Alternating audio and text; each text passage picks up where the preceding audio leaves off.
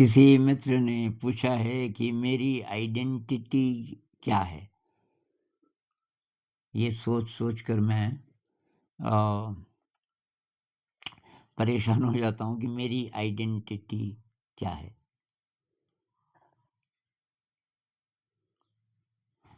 तो कि जब मैं किसी काम को करता हूँ और मुझे खुशी होती है, तो कि मैं बहुत बारीकी से एनालाइज़ करके ये मुझे पता चलता है कि क्योंकि आस-पास के लोगों से मैं बेहतर हूँ और इसलिए ये खुशी मिल रही है।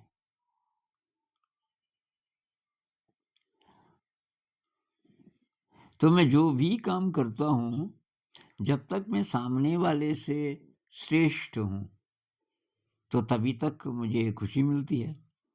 किसी को कि किसी बड़ी कंपनी में जॉब मिल गई जो कि मुझे नहीं मिली, या परीक्षा में पास हो गया और मैं नहीं हुआ, तो मुझे अपनी आइडेंटिटी से नफ़रत होने लगती है।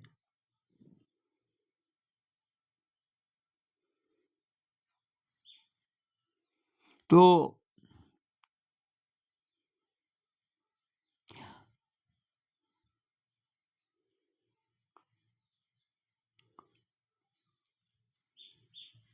तो कह रहे हैं कि आइडेंटिटी क्या है?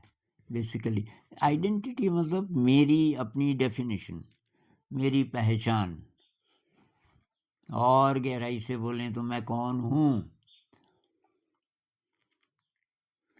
तो भई जब तक आपकी पहचान दुनिया के ओपिनियन पर बेस्ड है, तब तक वो असली पहचान नहीं है।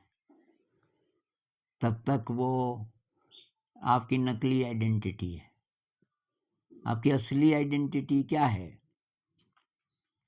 बहुत गहराई में जाएँ तो निसर्गदत्त महाराज कहते हैं कि मैं कौन हूँ के जवाब में आप क्या बोलोगे? अगर आप बोलो मैं स्टूडेंट हूँ, मैं वकील हूँ, मैं डॉक्टर हूँ, मैं हस्बैंड हूँ, मैं वाइफ़ हूँ, तो एक्चुअली ये गलत है, तुम इनमें से कुछ भी नहीं हो।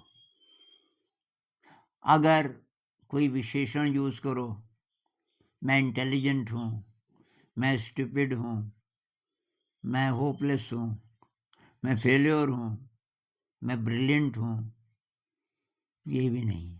क्योंकि आप जो असली हैं उसका कोई एट्रिब्यूट हो ही नहीं सकता, उसका विशेषण कोई हो ही नहीं सकता। तो फिर मैं कौन हूँ? वो कहते हैं कि ये इन सब चीज़ों को हटाते जाओ। तुम शरीर भी नहीं हो, तुम मन भी नहीं हो, एक्चुअली तुम प्योर कॉन्शियसनेस हो। और ये जो कॉन्शियसनेस है, ये अनादि है, ये अनंत है, अदृश्य है। और कॉन्शियसनेस को आप पकड़ नहीं सकते, उसका कोई एड्रेस नहीं है, उसके बारे में आप कुछ नहीं बोल सकते। वो है बस, एक्चुअली तो हम वो हैं। लेकिन अगर पता चले, उसका कोई एक्सपीरियंस हो तब, फिलॉसफी नहीं। कोई ऐसा एक्सपीरियंस हो जाए आपको, मान लीजिए कि आपकी मेमोरी गिर जाए। भई मेमोरी के आधार पे तो आइडेंटिटी है ना।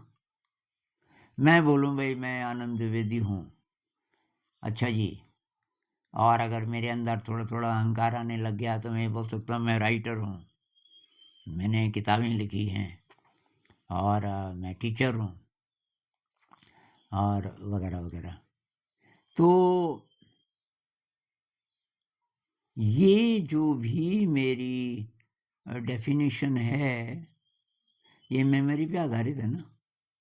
मान लीजिए मैं भूल जाऊँ, अब से 1 मिनट पहले तक का सब खत्म हो जाए।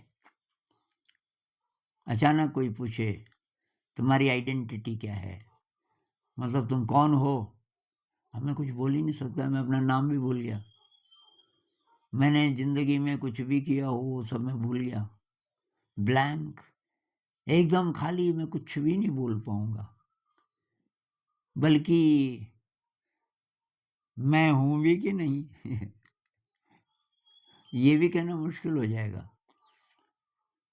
क्योंकि हूँ तो कुछ भाषा दे सकूँ उसको,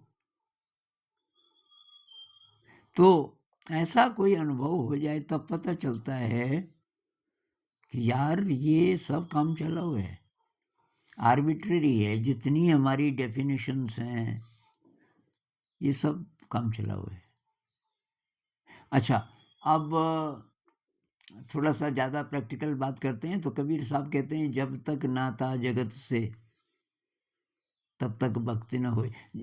जब तक आप साइकोलॉजिकली डिपेंडेंट हैं दुनिया पर, तो तब तक आप भटके हुए हैं, क्योंकि आप अपने आप को डिफाइन कर रहे हैं दुनिया की नज़रों से। ये जो हमारी टेंडेंसी है ना, मैंने कुछ अचीव किया तो मैं औरों से अच्छा हूँ, और चाहिए ना आपको। अपने आप को अच्छा बोलने के लिए आपको और लोगों की ज़रूरत है जो आपसे अच्छे नहीं हैं, तो उनके गुलाम हो गए आप। आपका अच्छा होना दूसरे लोगों की उपस्थिति पर, दूसरे लोगों की नज़रों पर निर्भर है। अगर आप दूसरों का ओपिनियन हटा दें, दूसरे क्या कहेंगे उसको हटा दें, तब आपका सेल्फ कहाँ है? जैसे प्रेम में होता है। प्रेम में क्या हमारी ये कोशिश होती है कि लोग बोलेंगे कि ये है प्रेमी, तो तब तो मैं हूँ। दुनिया को तो हम पता भी नहीं चलने देना चाहते। उसी तरह कोई आर्टिस्ट है, खोया हुआ है, इसलिए नहीं बना रहा है कि वो बनाएगा और कोई एप्रिशिएट करेगा। अगर ये है उसके अंदर, तो सच्चा आर्टिस्ट नहीं है। दुनिया से मतलब ही नहीं, वो खो गया उसमें, एकदम लॉस्ट। बस उसी तरह संगीत में है। संगीत में एक मुझे बता रहा था एक दोस्त कि मेरे पड़ोस में कोई आदमी है, वो 8 घंटे तबला बजाता है और उसको कोई नहीं जानता। संगीत के सर्कल में वो कहीं नहीं जाता बजाने, किसी कॉन्सर्ट में नहीं जाता, कहीं नहीं जाता, लोग जानते ही नहीं उसको, ना वो बताता अपने बारे में। तो उसने थोड़ा और दोस्ती की, तो कि भाई साहब आप 8-8 घंटे।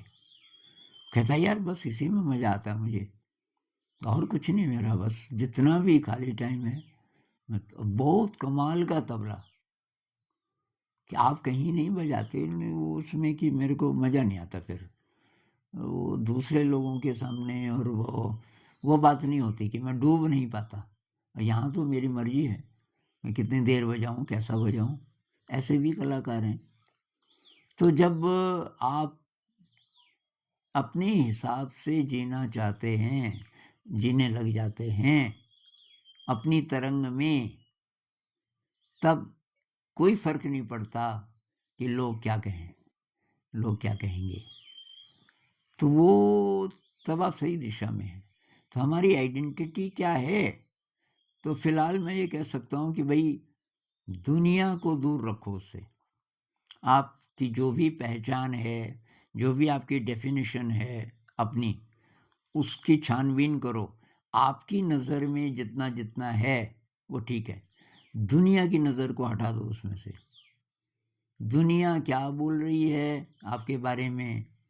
दुनिया किसको अच्छा बोलती है, किसको खराब बोलती है, इस सब को अगर आप हटा सको और तब अपने आप को देख सको, मैं अपनी नज़र में कैसा हूँ,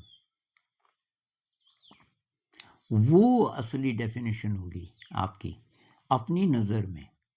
अपनी नज़र में आप ठीक हैं और आगे बढ़ रहे हैं, वेरी गुड। ये शुरुआत हो सकती है, इस पे और बात करेंगे। विषय थोड़ा गहरा है, लेकिन ये अहंकार से जुड़ा है। ईगो, ईगो ही तो सेल्फ है ना भाई। ईगो के कारण तो हमें एप्रिसिएशन चाहिए, क्योंकि हम अपनी डेफिनेशन को और अच्छा करना चाहते हैं। तो टैगोर जी कहते हैं कि मैं एक बहुत बड़ी बड़ी दीवारों वाला एक ऐसा कमरा बनाता जा रहा हूँ कि इसकी दीवारों को मैं मेंटेन करता जा रहा हूँ, दीवारें बढ़ती जा रही हैं, आकाश कम होता जा रहा है, क्योंकि जितनी इसकी दीवारें ऊंची जाती हैं उतना आकाश कम दिखता है। ये दीवारें अहंकार की हैं, तो हम कैद हो जाते हैं अपनी ही परिभाषा में। इसलिए लाओ त्सु कहते हैं, do not define your self. कोई परिभाषा नहीं है। मैं कौन हूँ भाई? I don't know, I don't know. तुम ऐसा क्यों कर रहे हो? बिकॉज आई लाइक इट, मुझे अच्छा लग रहा है। नमस्कार।